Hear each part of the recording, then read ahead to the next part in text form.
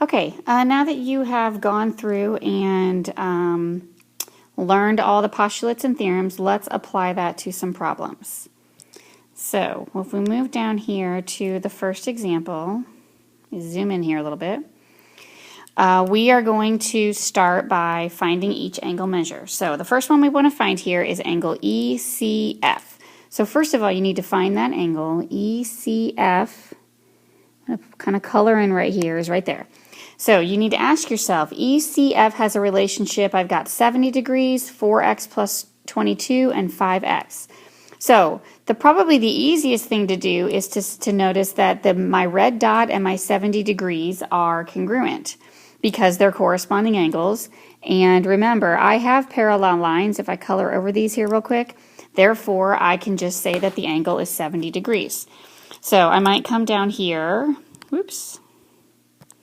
Let me get rid of that. If I come down here and say that the measure of angle ECF equals 70 degrees. And one thing that I would like for you to be able to do is I would like for you to be able to justify or state why you know that's true. And the reason we know that's true is the corresponding angles postulate. So what I would like you to try to justify some of your work there, okay? All right, next, part B, I guess you could say here, is we're trying to find the measure of DCE. So, measure of DCE, I'm going to erase, if I can here. No, I can't.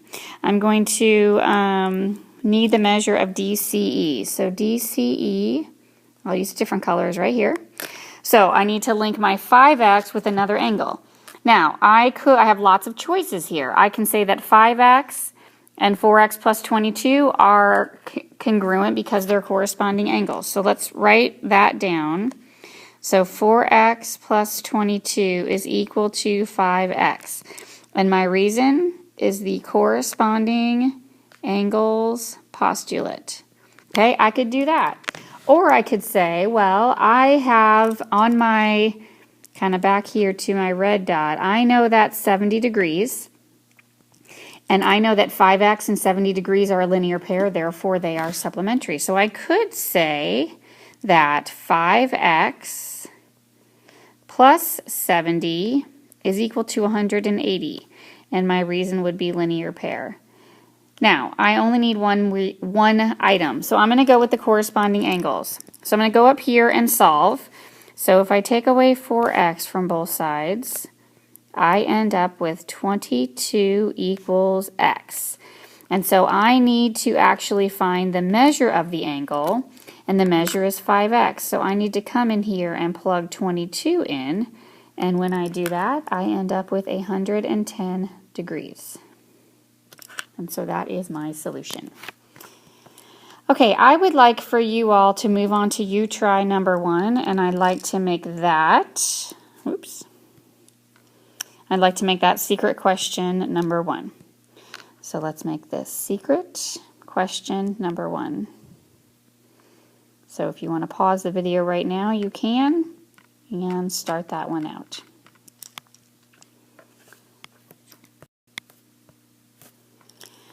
Okay, let's move on to example 2. Try to zoom in here a little bit. Example 2, we are trying to find the value of x. So when we look over here at the picture, I see that we are given 75 degrees, we're given 2x minus 135, and then we're also given x minus 30. So a couple of things we could look at here.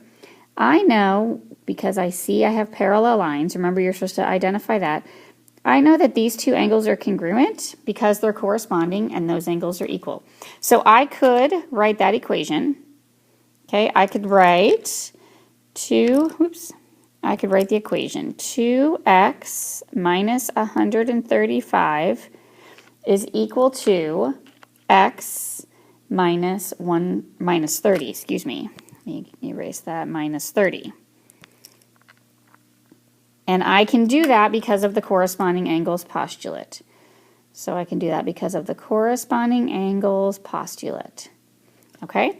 Now, I just want to point out, I could also say that 2x minus 135 and 75 are equal by vertical angles. But let's go ahead and just solve at this point. So from here, I would take away x from both sides. So that would give me x minus 135 equals negative 30. Okay, and then from here, I would add 135, add 135. And when I do that, I get x is equal to 105. Okay, so my value of x, here is equal to 135. So I'm going to circle that. Now I need the measure of EDG. So if I come over here, I need EDG. So I actually want this angle right here. I'm going to go ahead and color it in. So I can take my value of x and plug it in. Or notice, 75 degrees up here, I'm going to put an arc on here, is equal to x minus 30 because they're alternate exterior angles. So I should be able to just come over here and say that the measure of EDG equals 75 degrees. And I'm going to write over here alternate exterior angles. Okay? All right, I'd like you to do the you try number 2 as a secret question number 2.